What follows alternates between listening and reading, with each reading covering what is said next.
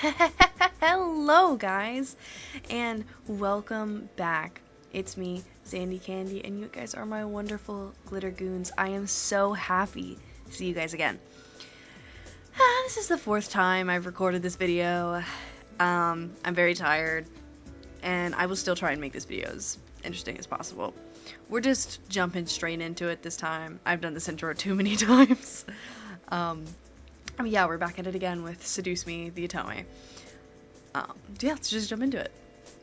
Once we got our food, we settled down at one of the empty tables, putting our backpacks aside to finally dig into the food.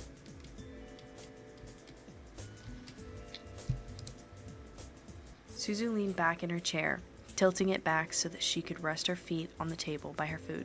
All right then. Is there anything we want to talk about? Bored already? I know. Let's talk about... Say boys, and I will never speak to you ever again.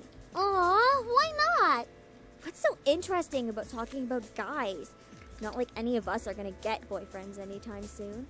We don't know that. What if one of us does get a boyfriend? Like that's going to happen, Naomi. Look at us. I'm a tiny Italian. You're a ditzy blonde. Hey! No offense. And Anderson here. Well, I guess she could land a boyfriend or girlfriend if she wants. Or girlfriend?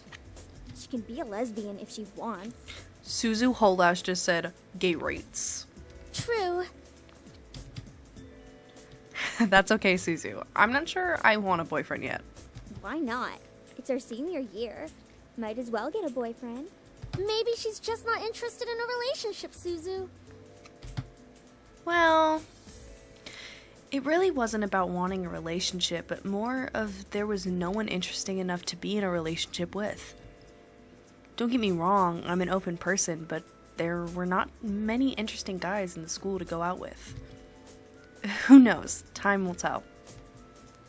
Naomi looked at me, wanting to continue the conversation. However, before she could speak, the speakers in the cafe started up and an announcement echoed through the cafeteria. Miss Anderson, please come to the main office immediately. Please bring your things with you. Oh my. Looks like our plans have been cut short. The men in white coats have finally come to get you. The men in their pearly white suits, and they're coming to take me away. Suzu, don't joke around. What if it's serious? Fine. If something happens, just call us. Funny enough, something did happen. And it was certainly no laughing matter. Cold. It was really cold. The rain became heavier that afternoon, accompanied by rolling thunder now and then. The skies had turned dark, though I couldn't see any of it under the black umbrella. Not that I was looking up. In fact, looking up was the exact opposite of what I wanted to do. I stared at the grass beneath my feet, unable to look up at the people weeping around me. All I could see was the damp grass underneath my feet. Only the monotone eulogies that floated through my ears reminded me that I was at a funeral. It was only when the speeches ended that I finally was able to raise my head. A small gathering of people, mostly made of relatives that I didn't even know were related to me, were huddled around a simple, small grave. For a while, all I heard was the sound of raindrops on umbrellas. If it weren't raining, everything would probably be in a heavy silence. I looked beside me, where my father was standing and holding up a large black umbrella for our small family of 3. His face was emotionless, a strange sight next to my weeping mother. I wondered what was going through his mind. After all, etched into the smooth, gray tombstone before us was his father's name. My grandfather, the one who raised me like his own daughter, had passed away that day. The ceremony was small. Only close friends and family were allowed to come. Slowly, though, people began to leave, leaving my father, mother, and me behind at the grave. A man dressed in a clean black suit under the uniform black umbrella of the funeral attendees walked towards us, introducing himself as grandfather's lawyer. He pulled out a few documents from his suitcase and began to read aloud its contents. And now, I shall read Harold Anderson's last will and testament. Only my parents and I were allowed to be present for my grandfather's will. It was under the strict request of his lawyer. and there was a reason why. And to my dearest granddaughter, I give my estate. All the furniture and decor that resides within the house shall also be given to my granddaughter. What? I couldn't believe my ears. I had earned the family estate at 18? That was impossible. And yet, it was written by my own grandfather's hand. He passed the family estate to her? Why am I not? Dear. Well, did he say anything about what will become of the CEO and chairman position of the Anderson Toys Company? No. It is presumed that the vice chairman will succeed the position. Even to the bitter end, he wouldn't give in. Oh, what a stubborn old man. Shaking his head, my father turned to face my mother with a serious expression on his face. About the estate. Should we send her there to get used to the building? It'll be a good place for her to live after high school. Are you sure we should? Why not? This would be a good experience for her. Honey, what do you think? I really wasn't sure what to say. Why did my grandfather think that I was the appropriate heir to the mansion? Was I even ready to live on my own? Well, that seems to be it. We'll be taking our leave now. I'm sure the little heiress needs some time to adjust. David! Even though she raised her voice, my dad wordlessly began walking back to the car, disinterested. Don't mind him, honey. I think that your grandfather's passing really affected him. Why don't we get back home for now? You can go on ahead to the car, Mom. I think I need some time alone with Grandpa. Oh, of course. Take all the time you need. She gave me a quick hug and hurried after my dad. I looked around the funeral grounds, which was completely empty, save for the sullen-looking grave that was laid in front of me. I'm sure that if Grandpa were in charge of arranging all of this, it would have been much different. It was blatantly obvious that my dad was in charge of the whole event. Who else would bury their own family the same day they pass away? Everyone knew my grandfather's love for toys, and yet the grave was a mere stone slab on the ground, void of any children's toys. My dad didn't even bother putting flowers. His disdain for my grandfather was almost pitiful. Sorry, grandfather. I tried to force out some words, but the only thing that came out was a choked sob. You told me to stay strong, but right now, I'm the farthest from it. Like that one time, a long time ago. Grandpa! Oh, it's so good to see you again, sweetie. I was swept into a giant bear hug, and we both laughed as he swung me around like an airplane. It was one of my favorite things about seeing my grandfather, the way he greeted me. Unlike my father, my grandfather was loving and playful, even as I grew older. Sorry that Daddy couldn't be here today. He said that he wasn't feeling too good again. It had always been like that. Dad missed every visit to Grandpa's house, citing that he was busy with work or wasn't feeling well. Is that so? Well, that's okay. Daddy can come around next time. And you're here, right? Yeah. So, what are we doing today, Grandpa? Mommy says that there's a new dessert cafe open in town. Maybe we could go. Oh, I would love to. But I've been so busy with the company these days. We're actually working on a little something. Would you like to see? Yes! Oh, is that a toy? It is. I was designing a new line of them. But I feel like something's missing. You don't think you could help me out, could you? Of course! He placed the toy in my hands with a smile, and I inspected it carefully. It was beautifully crafted, and obviously a lot of work was put into it. There was one thing, though. So, what do you think? I think the heart on its chest should light up when you hug it. It'll be like it's alive, and it can be like a little nightlight before you sleep. He stroked his chin, considering my input while nodding his head. After a few moments of silent deliberation, he turned to me with a chuckle. That's a great idea. I'll get to changing it right away. You're always like my little lucky charm, dear. You always know what to add to make the perfect toy. Well, I hope I can be like you one day, Grandpa. You want to make toys as well? Well, making people happy is the best feeling in the world. But I don't know if I want to make toys when I grow up, though. Don't worry too much about it. You have plenty of time to decide. Besides, you should do what makes you happy as well. That makes sense. Daddy doesn't think of it in the same way, though. Your father. I'm sure he just wants the best for you. I'm not so sure about that. Sweetie, look at me. He bent down to look at me eye level, with a serious look on his face. As much as your father may say something that doesn't make sense now, you must remember that he's always thinking about you. He loves you. There's no doubt about that. And you need to love him just as equally. I don't hate Daddy. I really do love him. I don't know why he's like this, though. Your father and I have had some difficulties with each other in the past. But it's nothing that you should be concerned about. I had heard tidbits of this from my mother and various other people.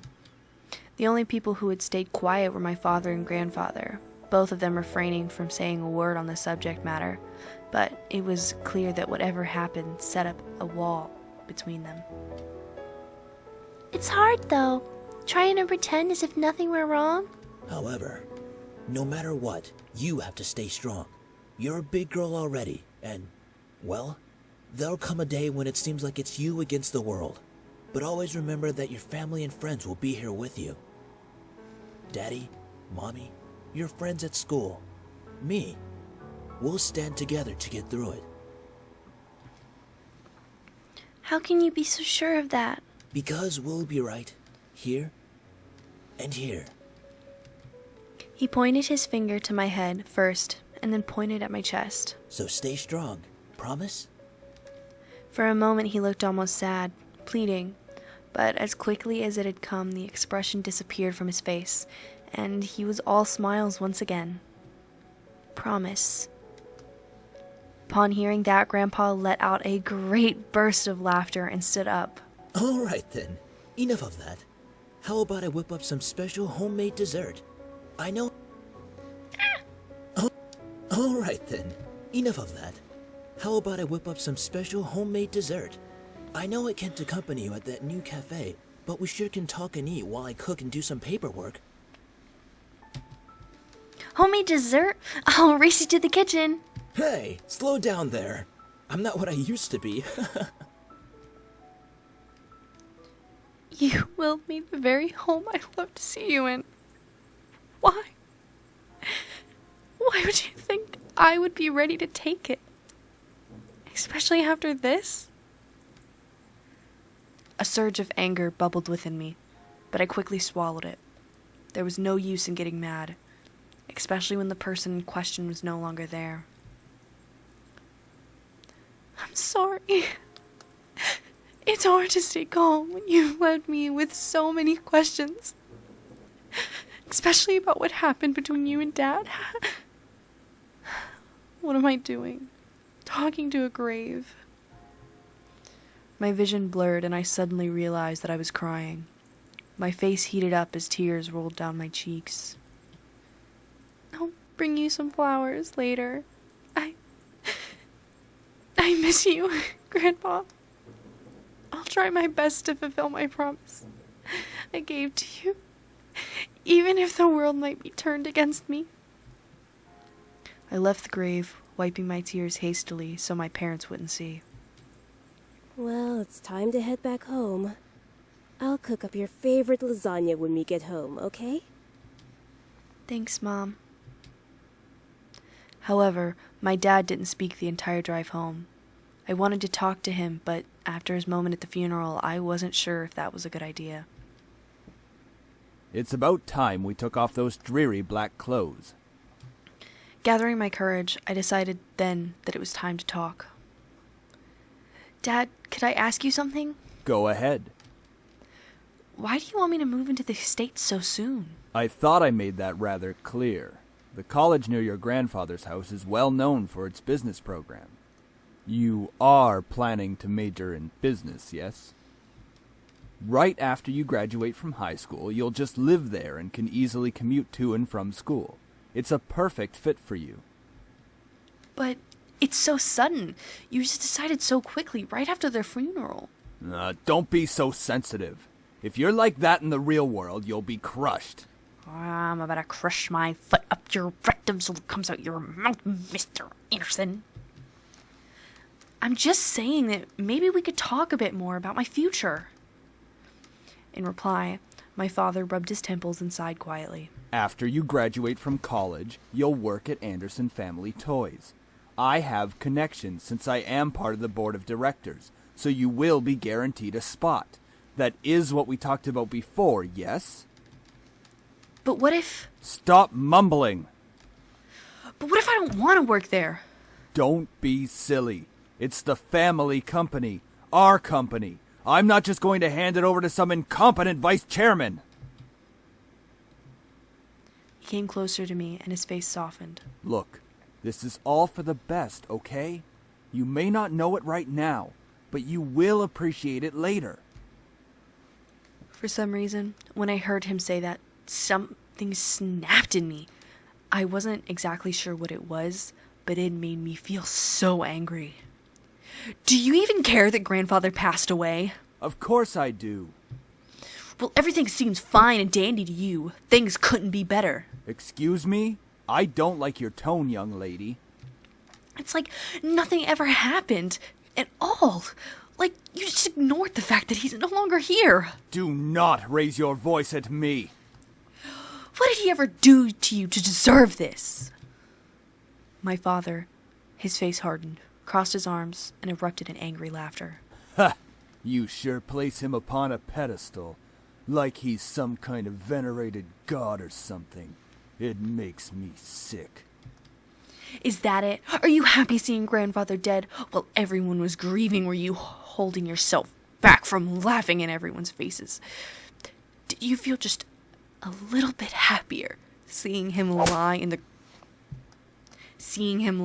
the graveyard? Flash of rage crossed his face, and he whipped the back of his hand across my cheek. You don't know anything! Running your mouth like somehow you know everything that went on, when you're just a little girl that doesn't know how to keep her mouth shut! You did not know my father! You did not know what he was capable of! Is everything all right? What happened? Nothing. I'm not hungry. I think I'll just go upstairs. Honey, wait! I quickly turned and ran up the stairs to my room, slamming the door behind me. My breath came in short pants, and for a while I just leaned against the door to my bedroom, eventually sliding down to sit against it. How did things become like this? My cheeks still throbbed, and I tentatively stood up and looked at the mirror to see how it looked. Hopefully it doesn't bruise. What am I saying? Tears formed in the corners of my eyes, but I blinked them back rapidly. I couldn't cry for the second time today. I had to be stronger than that. Are you all right? Your father told me nothing happened, but you know your father. I'm fine. I just lost my appetite. The lasagna's done, though, and I don't want you skipping any meals. Are you sure? Yeah, don't worry about me, Mom. I'll come downstairs later to eat. You're not telling me the whole story. I just don't want to eat right now. Please, dear. Tell me what's going on. I wish you would tell me why you're being like this. I wanted to tell her. A part of me was screaming to tell her what Dad had done. At the same time, I knew she couldn't fix anything. Besides, I was moving out regardless. I remained silent, letting the event remain in the past. Well, I'll leave your food on the table if you want to eat it later. Finally, my mom left me alone. It was strange to think that she was only a few inches away from me, only separated by a single wooden door. I really didn't know what to do. I needed to do something, anything to get my mind off of what just happened. Anything would be better than thinking any more about the pain still radiating from my cheek. I was going to move into my grandfather's house tomorrow. I should probably pack my stuff so I would be prepared for tomorrow. Yeah, that was a good idea. I should start packing. I opened the closet, rummaging around for a while before I finally found 2 large bags. Pulling them out onto the floor of my room, I then began to empty my drawers and cabinets so that I could bring all my things with me. I didn't have much to bring, other than just clothes and some toiletries. It was kind of bizarre that I didn't have many personal belongings. It wasn't like my luggage was completely devoid of them, but I certainly didn't have many things in my room that I would miss if I just suddenly left the house. I shook my head to rid myself of those thoughts. If it were going to be my new home, it would have to feel like it. One way or another, I was going to make it a home. You turn the tables on me now, you drop me in the case somehow. I can never escape from you, but baby, that's alright. Sorry, I love that song so much. I slid my phone. Oh, I'm so sorry. I didn't do that on purpose.